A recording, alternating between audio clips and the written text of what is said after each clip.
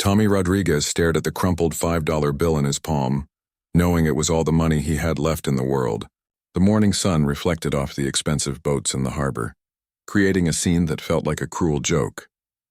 Here he was, a man who had once maintained million-dollar military ships unable to afford breakfast at the cheapest diner in town. The bench where he sat had become his morning routine for the past 3 weeks. It was the only place where he could charge his dying phone using the public outlet behind the small information booth. His phone was his lifeline to potential jobs, though lately, it mainly served as a painful reminder of all the rejection emails filling his inbox. At 43 years old, Tommy never imagined his life would look like this. Just 2 years ago, he had been living what most people would consider a decent life. He owned a small house in a quiet neighborhood, had a steady job at the local shipyard, and was married to his high school sweetheart, Lisa. They had been trying to start a family and talking about taking a vacation to Hawaii that summer. But life has a way of changing everything in an instant. The shipyard where Tommy had worked for 8 years suddenly shut down when the company lost its major contracts. The owners claimed they had no choice but to close the facility permanently. 300 workers, including Tommy, received their pink slips on the same cold Tuesday morning in March. Tommy had served in the Navy for 12 years before taking the shipyard job. He specialized in marine engineering and had worked on everything from destroyers to aircraft carriers. During his service, he had deployed to the Persian Gulf twice and had earned commendations for his technical skills and leadership. When he left the military, everyone told him his experience would make finding civilian work easy. The reality was far different. Civilian employers seemed impressed by his military background during interviews, but somehow, the job offers never came. Some said he was overqualified. Others worried he might be too rigid or unable to adapt to civilian workplace culture. A few were honest enough to admit they simply preferred hiring younger workers. After 6 months of unemployment, the bills started piling up. Tommy had some savings, but they disappeared quickly between mortgage payments, car insurance, groceries, and all the other expenses that don't stop just because your income does. He applied for dozens of jobs, ranging from his specialty in marine engineering to basic mechanic positions at auto repair shops. The stress began taking a toll on his marriage. Lisa tried to be supportive at first, but as the months dragged on, their conversations became tense discussions about money and the future. She picked up extra shifts at the hospital where she worked as a nurse, but her income alone wasn't enough to cover all their expenses. The breaking point came on a rainy evening in November. Tommy had just received another rejection email when Lisa sat down at their kitchen table with a serious expression he had never seen before. She placed an envelope in front of him without saying a word. Inside were divorce papers. "I can't do this anymore, Tommy," she said quietly. "I feel like I'm living with a stranger. You've changed so much since you lost your job. I know it's not your fault, but I can't pretend everything is okay when it's not." Tommy wanted to argue, to fight for their marriage, but deep down he knew she was right. The confident, optimistic man she had married had disappeared somewhere between the 100th job application and the mounting pile of unpaid bills. He had become bitter and withdrawn, spending most of his days on the computer searching for work or staring blankly at the television. The divorce was finalized 3 months later. Lisa kept the house, which was fair since she was the only one with steady income to pay the mortgage. Tommy moved into a small apartment across town, taking only his clothes, tools, and a few personal belongings. For a while, the apartment felt like a fresh start. He told himself that being alone would help him focus on finding work without the pressure of disappointing someone else. But the job market hadn't improved, and his savings were nearly gone. When his landlord raised the rent by $200 for the lease renewal, Tommy knew he couldn't afford to stay. He moved his belongings into a storage unit and started sleeping in his pickup truck. It was a 15-year-old Ford that had seen better days, but it ran reliably and had enough space in the cab for him to stretch out at night. He told himself it was temporary, just until he found work and could afford a proper place to live again. The first few nights sleeping in the truck were the hardest. Tommy parked in different locations around town, trying to find spots where he wouldn't be bothered by police or security guards. Walmart parking lots were usually safe, and some 24-hour gyms allowed overnight parking. He had maintained his gym membership longer than he probably should have, but the $10 monthly fee was worth it for access to showers and a clean bathroom. Mornings were the worst part. Waking up cramped and sore in the driver's seat, Tommy would see other people heading to their jobs carrying coffee cups and checking their phones for messages from colleagues and friends. He felt invisible, like he existed in a parallel world where normal life continued around him but never included him. The harbor became his refuge during the day. The public restrooms were clean, there were water fountains where he could fill his water bottle, and the bench near the marina office had that precious electrical outlet. Most importantly, it was free. Tommy could sit there for hours, applying for jobs on his phone or just watching the boats come and go. He learned the routines of the harbor workers, the schedules of the tour boats, and the habits of the wealthy people who owned the expensive yachts. Sometimes he would see job postings on the marina bulletin board, though most required experience he didn't have or certifications he couldn't afford to obtain. The irony wasn't lost on him that he was surrounded by boats every day. These weren't military vessels, but the basic principles were the same. Engines were engines, whether they powered a Navy destroyer or a billionaire's pleasure craft. He often found himself studying the yachts from a distance, mentally diagnosing problems based on sounds or smoke patterns from their exhausts. But knowledge without opportunity means nothing. Tommy had the skills to work on these boats, but no one was going to hire a man sleeping in his truck, wearing the same clothes for 3 days straight because he couldn't afford the laundromat. First impressions matter in every industry, and his current appearance didn't exactly scream, "Hire me." On this particular morning, with his last $5 and no job prospects on the horizon, Tommy wondered how much lower his life could go. He had applied for a position at a fast food restaurant the day before, willing to take any work that would provide steady income. Even that had been a dead end. As he sat on the bench watching the morning activity in the harbor, Tommy tried to push away the dark thoughts creeping into his mind. He had always been a problem solver, someone who could fix things that others gave up on. Surely he could figure out how to fix his own life, right? He just needed one break, one person willing to look past his current circumstances and see what he was capable of. But as the expensive boats bobbed peacefully in their slips, surrounded by people who had never worried about where their next meal would come from, that break seemed as distant as the horizon. Tommy woke up the next morning with a stiff neck and an empty stomach that growled like an angry animal. He had spent another uncomfortable night cramped in his pickup truck, parked behind a closed gas station on the edge of town. The digital clock on his dashboard showed 6:23 a.m., and pale sunlight was already creeping through his windshield. He sat up slowly, working out the kinks in his back from sleeping in an awkward position. His phone showed 17% battery life, which meant he needed to get to the harbor soon to find that electrical outlet behind the information booth. It had become his morning mission every day for the past 3 weeks. After using the gas station's restroom and splashing cold water on his face, Tommy drove toward the marina. The $5 in his pocket felt heavier than it should, representing the difference between eating today and going hungry. He had been rationing food for days, surviving mostly on dollar menu items and whatever free samples he could find at the grocery store. The harbor was already bustling with activity when he arrived.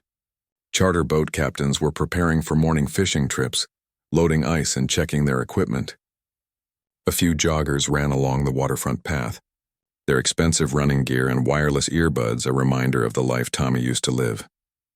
He parked in his usual spot and walked toward his bench, phone charger cable in hand. But something was different today. Instead of the normal peaceful morning atmosphere, there was tension in the air. Raised voices carried across the water from the far end of the marina, where the biggest yachts were docked. Tommy plugged in his phone and sat down, trying to ignore the commotion. He had learned not to get involved in other people's problems. His own situation was complicated enough without taking on anyone else's troubles. But the shouting was getting louder and more urgent. "This is a disaster," a man's voice echoed across the harbor. "Mr. Chen is going to be furious. How am I supposed to explain this to him?" Despite his better judgment, Tommy found himself looking toward the source of the disturbance. A large yacht, easily one of the most impressive vessels in the marina, was surrounded by several crew members who looked increasingly panicked. The boat had to be at least 150 feet long, with sleek white lines and enough sophisticated equipment to make a Navy ship jealous. A man in a crisp uniform was pacing back and forth on the dock, talking rapidly into his phone while gesturing wildly with his free hand. Even from a distance, Tommy could see the stress written all over his face. "I don't care what it costs," the man was saying into his phone. "We need someone here now. The meeting is in 6 hours and this yacht isn't going anywhere with dead engines." Tommy tried to focus on his own problems, scrolling through job listings on his phone. But his military training had ingrained certain habits that were hard to break. When he heard technical problems being discussed, his brain automatically started working on solutions. The crew member ended his phone call and immediately dialed another number. "Johnson Marine Services. This is Rodriguez from the Ocean's Dream. We have a complete engine failure and need emergency repair." "What do you mean, Thursday?" "No, you don't understand. This is for David Chen, the tech billionaire." "Yes, that David Chen." Tommy's ears perked up at the name. Even someone living in a pickup truck knew who David Chen was. The guy had built a technology empire worth billions and was constantly in the news for his business deals and charitable work. The crew members' conversation continued with increasing desperation. "Continental Marine? This is an emergency. We need someone today. Tomorrow afternoon is not acceptable." "Fine. Put me on your waiting list, but this is urgent." By now, several other crew members had gathered around their colleague, whose name appeared to be Rodriguez based on the phone conversations. They were all talking at once, suggesting solutions that clearly weren't working. Tommy could hear fragments of their discussion about backup generators, emergency towing services, and the impossibility of moving a business meeting to a hotel conference room on such short notice. Something about the situation felt familiar to Tommy. During his Navy years, he had dealt with countless emergency repairs under impossible deadlines. Military operations don't stop for broken equipment, and he had developed a reputation for solving problems that left other technicians scratching their heads. He found himself studying the yacht more carefully. From his position on the bench, he could see the exhaust ports and some of the external systems. There was no visible smoke or obvious signs of what might be wrong, but the boat sat lower in the water than it should, suggesting the bilge pumps weren't running properly either. Tommy stood up and walked closer, drawn by professional curiosity and years of troubleshooting experience. He stopped about 20 feet from the dock, close enough to hear the conversations more clearly but far enough away to avoid drawing attention to himself. Rodriguez had moved on to his fourth phone call, and his voice was becoming increasingly strained. "Pacific Yacht Services? Please tell me you have someone available today. Not until next week? Are you serious?" The other crew members were starting to look defeated. One of them, a younger guy who looked like he might be an engineer, was shaking his head and muttering about how they had tried everything they could think of. "The fuel systems are fine," the engineer was saying. "The electrical panels show power to the engines, but they won't turn over. It's like they're completely dead." Tommy's professional instincts kicked in. Fuel systems good, electrical power present, but no engine response. In his experience, that usually meant either a problem with the starter motors, a safety interlock that was preventing ignition, or an issue with the engine control systems themselves. He watched Rodriguez end another unsuccessful phone call and immediately start dialing again.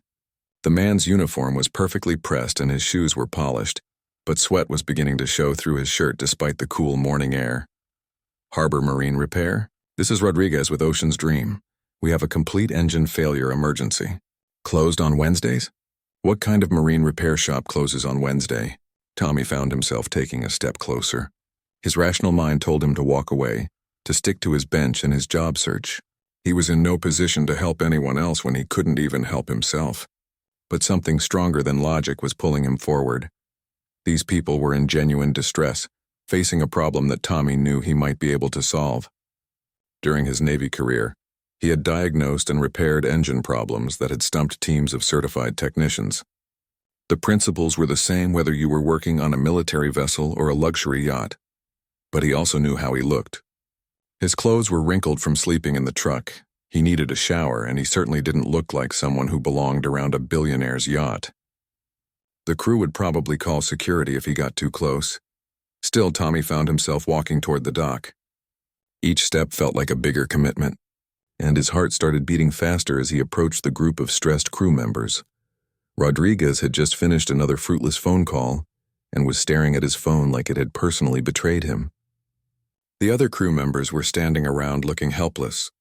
occasionally glancing at their watches and muttering about the approaching deadline.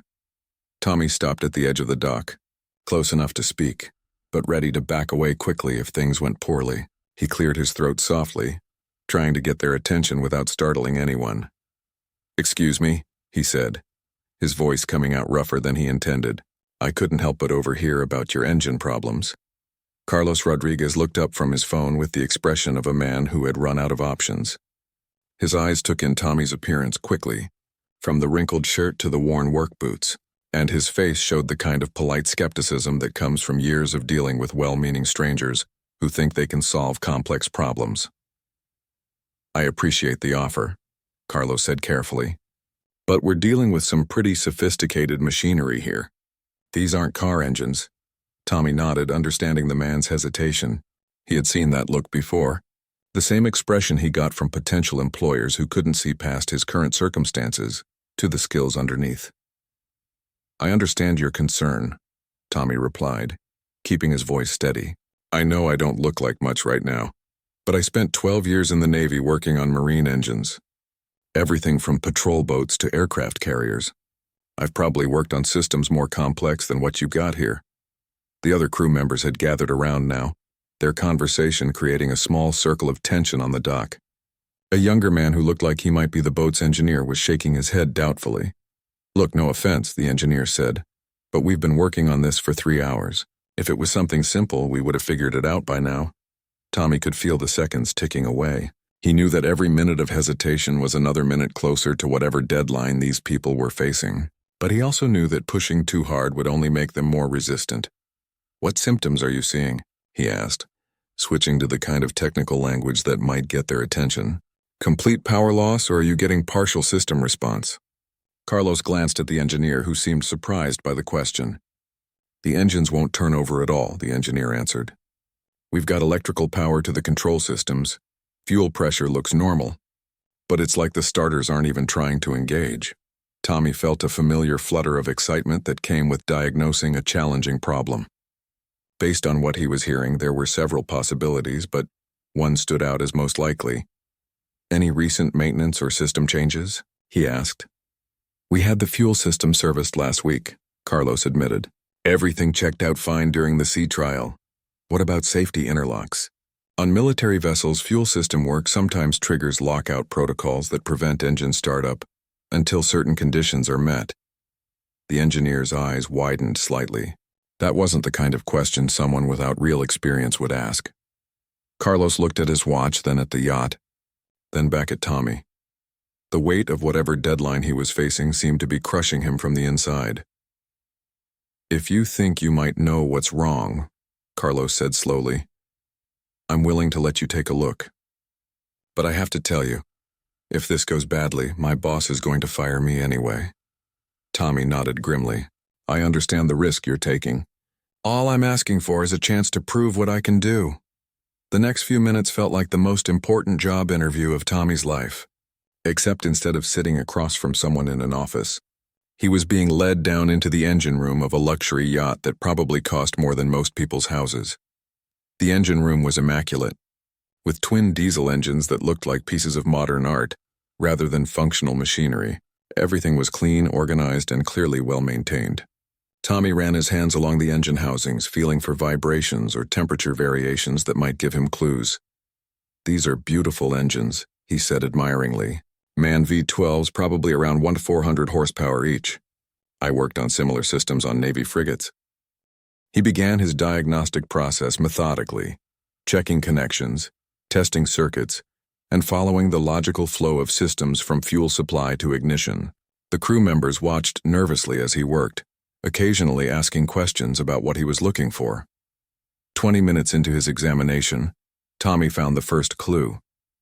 A series of warning lights on the engine control panel were blinking in a specific pattern that most people would dismiss as random error codes. "There," he said, pointing to the lights.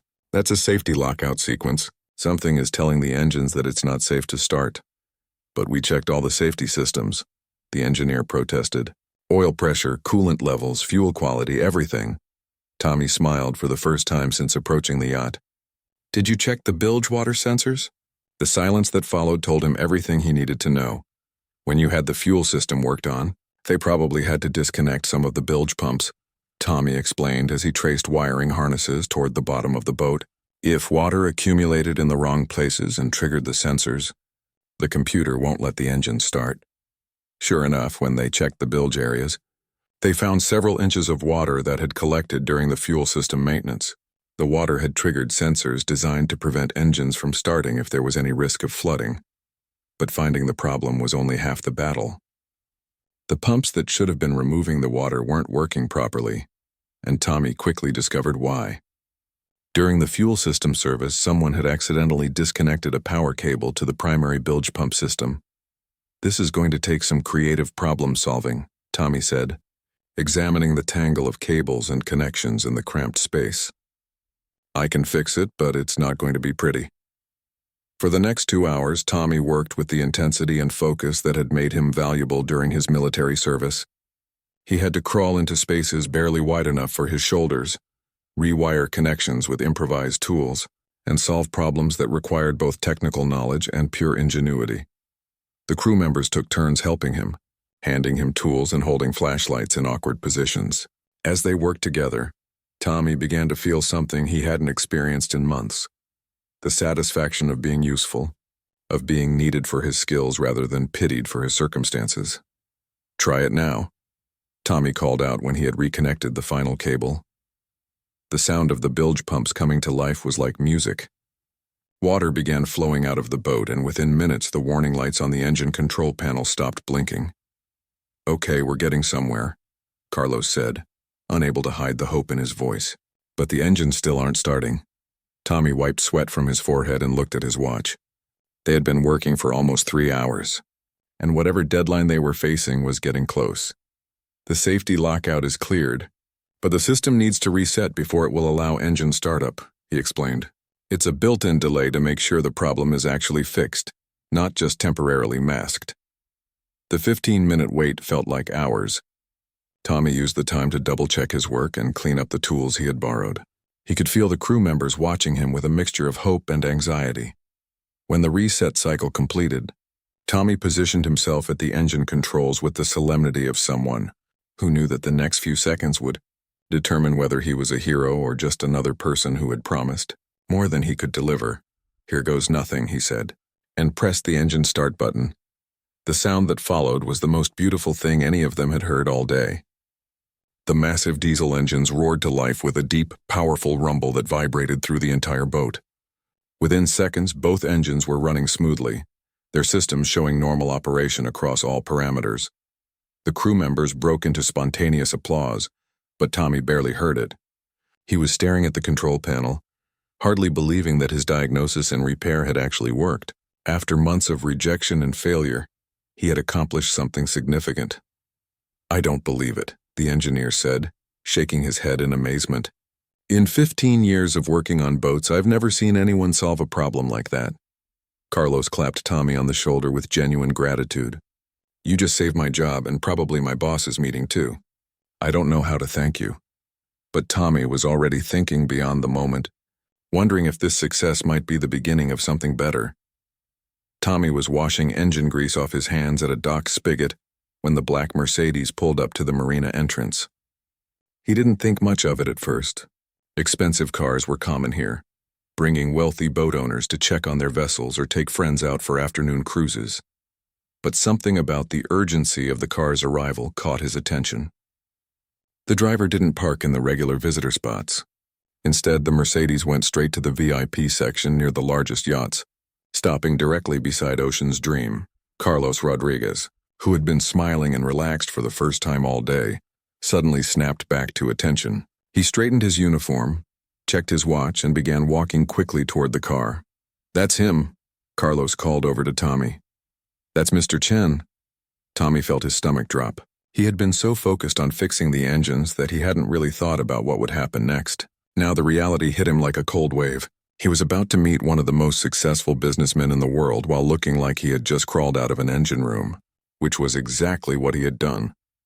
David Chen stepped out of the Mercedes with the confident stride of someone accustomed to having problems solved before he even knew they existed. He was younger than Tommy had expected, probably in his early 40s, wearing a perfectly tailored navy suit that probably cost more than Tommy used to make in a month. But as Chen walked toward the yacht, Tommy noticed something unexpected in his expression. Instead of the cold, demanding look he had imagined a billionaire might have, Chen looked genuinely concerned about his crew and the situation they had been facing. "Carlos," Chen said as he approached the dock, "please tell me we found a solution. I've got investors flying in from 3 different countries for this meeting." Carlos practically beamed as he delivered the news. "Mr. Chen, I have amazing news. The engines are running perfectly. We'll be ready to depart right on schedule." Chen stopped walking and looked genuinely surprised. "Really? But this morning you said no repair company could get here for days." "That's true, sir. But we had some unexpected help." Carlos gestured toward Tommy, who was still standing by the water spigot, trying to decide whether to quietly disappear or stay and see what happened next. Chen followed Carlos's gesture and studied Tommy for a moment. Tommy could see him taking in the wrinkled clothes, the work boots, and the general appearance of someone who clearly didn't belong in a luxury marina. "This gentleman solved our problem," Carlos continued. "He diagnosed and fixed issues that had us completely stumped." Tommy started to feel uncomfortable under Chen's scrutiny. He had dealt with high-ranking military officers before, but this felt different somehow. This wasn't about following orders or military protocol. This was about 2 people from completely different worlds trying to understand each other. Chen walked over to where Tommy was standing, extending his hand in a gesture that seemed both formal and genuine. "I understand I owe you my thanks," he said. "I'm David Chen." "Tommy Rodriguez," Tommy replied, shaking the offered hand. Chen's grip was firm but not aggressive, the handshake of someone who had learned that real power didn't need to be demonstrated through physical dominance. "Carlos tells me you saved what could have been a very expensive and embarrassing situation for me," Chen said. "I hope you accepted appropriate payment for your work." Tommy felt heat rise in his cheeks. The truth was that he hadn't even thought about payment. He had been so focused on proving he could still do the work that money hadn't entered his mind. "I didn't do it for money," Tommy said quietly. "I just saw people who needed help." Chen raised an eyebrow at this response. In his world, everyone wanted something, usually money or connections or favors that would benefit them later. People didn't typically solve complex technical problems out of pure altruism. "Well, that's admirable," Chen said. "But good work deserves compensation. Carlos, make sure Mr. Rodriguez receives payment for his services." Tommy started to protest, but Carlos was already nodding eagerly. "Of course, Mr. Chen. What would be appropriate for this type of emergency repair?" "Whatever the most expensive marine repair service in the area would have charged," Chen replied without hesitation. "Plus a bonus for solving the problem when no one else could." Tommy felt dizzy. He had no idea what kind of money they were talking about, but it sounded like more than he had seen in months. Part of him wanted to accept gratefully and disappear before anyone changed their minds. But Chen seemed genuinely curious about him, asking questions that went beyond polite small talk. "Carlos mentioned you have experience with marine engines. Military background?" "Navy," Tommy confirmed. 12 years, mostly working on destroyers and frigates." "That's impressive. Are you currently working in the marine industry?" This was the question Tommy had been dreading. He could lie, make up some story about being between jobs or taking time off. But something about Chen's direct manner made dishonesty feel impossible. "No, sir," Tommy said simply. "I've been unemployed for about 8 months now." Chen's expression changed subtly. The polite businessman facade dropped slightly, replaced by something more genuine. 8 months is a long time, especially for someone with your obvious skills. Tommy found himself telling Chen more than he had intended. About the shipyard closing, about the difficulty finding work that matched his experience, about the way potential employers seemed to see his military background as either irrelevant or potentially problematic. "Where are you living now?" Chen asked, and Tommy hesitated before answering. "I'm between places at the moment," Tommy said carefully. "Staying mobile while I look for work." Chen studied him for a moment longer, and Tommy had the uncomfortable feeling that this very successful man could see right through his careful phrasing. "You're sleeping in your truck," Chen said quietly. It wasn't a question. Tommy felt his face burn with shame. He nodded once, not trusting his voice to remain steady. Instead of the pity or dismissal he expected, Chen looked thoughtful. You know, I've been in situations where everything seemed impossible. Obviously not the same as yours, but times when I couldn't see any way forward. How did you get through it? Tommy asked, genuinely curious. Partly luck, Chen admitted, but mostly by recognizing opportunities when they appeared, even if they didn't look like what I expected. They were interrupted by Carlos checking his watch nervously. Mr. Chen, the guests will be arriving in about an hour. Should we start preparing the yacht? Absolutely, Chen replied. And Carlos, make sure the engines get a full diagnostic check before we depart. I want to be certain everything is working properly. As Carlos hurried away to coordinate the preparations, Chen turned back to Tommy. I have a business meeting this afternoon that's quite important, but I'd like to continue this conversation if you're available later. Tommy tried to process what was happening. One of the most successful people in the world wanted to continue talking to him. A man currently living in his pickup truck. I'm not going anywhere, Tommy said, then immediately regretted how that sounded. But Chen smiled at the response. Good. I have a feeling this conversation could be beneficial for both of us. As Chen walked toward his yacht to prepare for his meeting, Tommy stood on the dock trying to understand what had just happened. A few hours ago, he had been a desperate man with $5 to his name. Now he was about to receive payment for honest work, and somehow he had caught the interest of a billionaire. He thought about Chen's words about recognizing opportunities that didn't look like what you expected. As he watched the crew prepare Ocean's dream for departure, Tommy wondered if his life was about to change in ways he couldn't even imagine. For the first time in months, he felt something that had been missing from his life. Hope. Tommy spent the next 4 hours sitting on his familiar bench, watching Ocean's Dream hosting what was obviously a very important business meeting. Through the large windows of the yacht's main salon, he could see Chen and several other people in expensive suits engaged in intense discussions. Occasionally, someone would gesture toward charts or documents spread across the polished table. The check Carlos had given him was folded safely in his pocket. $1,500, more money than Tommy had seen in months. It felt surreal, like something that might disappear if he looked at it too closely. For the first time since losing his job, he could afford a real meal, a shower at a decent hotel, maybe even a few nights in a proper bed. But more than the money, something else was keeping him at the marina. Chen's parting words kept echoing in his mind. There had been something in the billionaire's tone that suggested their conversation was far from over. As the afternoon wore on, Tommy found himself studying the other boats in the harbor with new eyes. Now that he had successfully diagnosed and repaired a complex problem, his confidence was slowly returning. These weren't just expensive toys anymore. They were machines with engines and systems that he understood, vessels that needed maintenance and care from people who knew what they were doing. The sun was beginning to set when Ocean's Dream finally returned to its slip. Tommy watched as the guests disembarked, shaking hands with Chen and looking like people who had just concluded successful business. Whatever the meeting had been about, it seemed to have gone well. Chen appeared on the deck a few minutes later, having traded his formal suit for khakis and a polo shirt. He spotted Tommy on the bench and walked over with the relaxed pace of someone whose stress had just been lifted. Still here? I see, Chen said, settling onto the bench beside Tommy. How was your afternoon?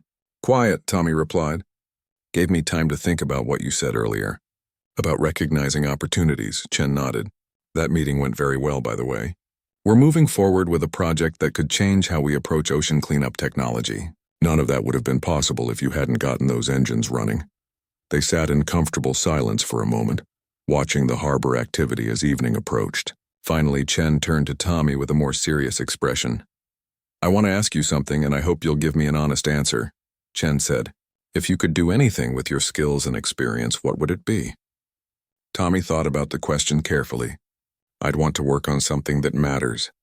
In the Navy, everything we did had a purpose beyond just making money. I miss that feeling of being part of something bigger than myself. What if I told you I might have something like that available? Tommy felt his heart rate increase. I'd say I'm listening, Chen smiled. I own several companies that focus on environmental technology. One of them operates a fleet of research vessels that work on ocean conservation projects. We're constantly dealing with complex marine systems, often in challenging conditions where standard repair services aren't available. That sounds incredible, Tommy said carefully, but I'm sure you need people with certifications I don't have. Actually, What we need most are people who can think on their feet and solve problems creatively. Today proved you can do both. Chen paused. The position I'm thinking of would involve overseeing maintenance for our entire Pacific fleet. It's based here in California, comes with a decent salary and full benefits. Tommy stared at him, hardly believing what he was hearing. Are you offering me a job? I'm offering you a chance, Chen corrected. There would be a probationary period, some additional training on our specific systems, and you'd need to get certain marine certifications. But if you're willing to work for it, yes, I think we could make this happen. The emotions hit Tommy all at once. Relief, gratitude, disbelief, and something that might have been hope all crashed together in his chest. He had to look away for a moment to collect himself. I don't know what to say, Tommy admitted.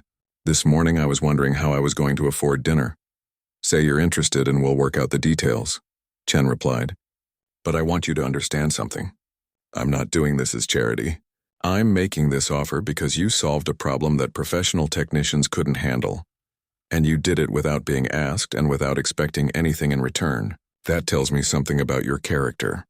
Over the next hour, Chen outlined what the job would involve. The starting salary was more than double what Tommy had made at the shipyard. There would be opportunities for advancement, training programs to earn additional certifications, and the chance to work on cutting-edge technology dedicated to environmental protection. We have a small apartment complex where some of our employees live, Chen mentioned casually. Nothing fancy, but clean and affordable. If you're interested, we could arrange temporary housing until you get back on your feet. Tommy felt overwhelmed by the generosity of the offer. Why are you doing this for someone you just met? Chen was quiet for a moment. When I started my first company, I was sleeping on a friend's couch and eating nothing but ramen noodles for weeks at a time. A stranger gave me a chance when no one else would. He saw potential in me that I couldn't see in myself. What happened to him? He became one of my closest advisors and one of my best friends. He taught me that success isn't just about making money. It's about creating opportunities for other people to succeed too. As they finalized the details, Tommy learned that he wouldn't be the only one benefiting from Chen's philosophy. The billionaire had quietly helped dozens of people over the years, often veterans who were struggling to transition to civilian careers. There's one condition, Chen said as their conversation was winding down. Once you're back on your feet, I want you to keep an eye out for other people who might need a chance. It doesn't have to be anything dramatic, just remember what it felt like to be where you are now. 3 months later, Tommy was barely recognizable as the desperate man who had once slept in his pickup truck. He had his own apartment, a steady income, and work that challenged him in ways he had missed since leaving the military. More importantly, he had regained something he thought he had lost forever: his sense of purpose. The job had exceeded even Chen's promises. Tommy found himself working on vessels that were actively involved in removing plastic from the ocean, studying marine ecosystems, and developing new technologies for sustainable shipping. Every day brought new challenges that required exactly the kind of creative problem-solving that had made him valuable in the Navy. But perhaps the most meaningful change was what happened on a Tuesday morning in December. Tommy was having coffee at the marina before work when he noticed a woman sitting on the same bench where he used to charge his phone. She looked tired and defeated, wearing clothes that suggested she had been sleeping rough. Her car, an old Honda with a cracked windshield, was parked nearby. Through the window, he could see belongings packed in boxes and garbage bags. She was scrolling through her phone with the desperate focus of someone looking for work. Tommy recognized the signs immediately. He walked over and sat down beside her. "Excuse me," he said gently. "I couldn't help but notice you looking at job listings. Are you by any chance experienced with marine systems?" The woman looked at him suspiciously, the way people do when they've learned that most offers of help come with strings attached. "I'm a certified marine electrician," she said cautiously, "but I haven't been able to find work for months." Tommy smiled, remembering Chen's words about creating opportunities for others. "I think I might know someone who could help with that."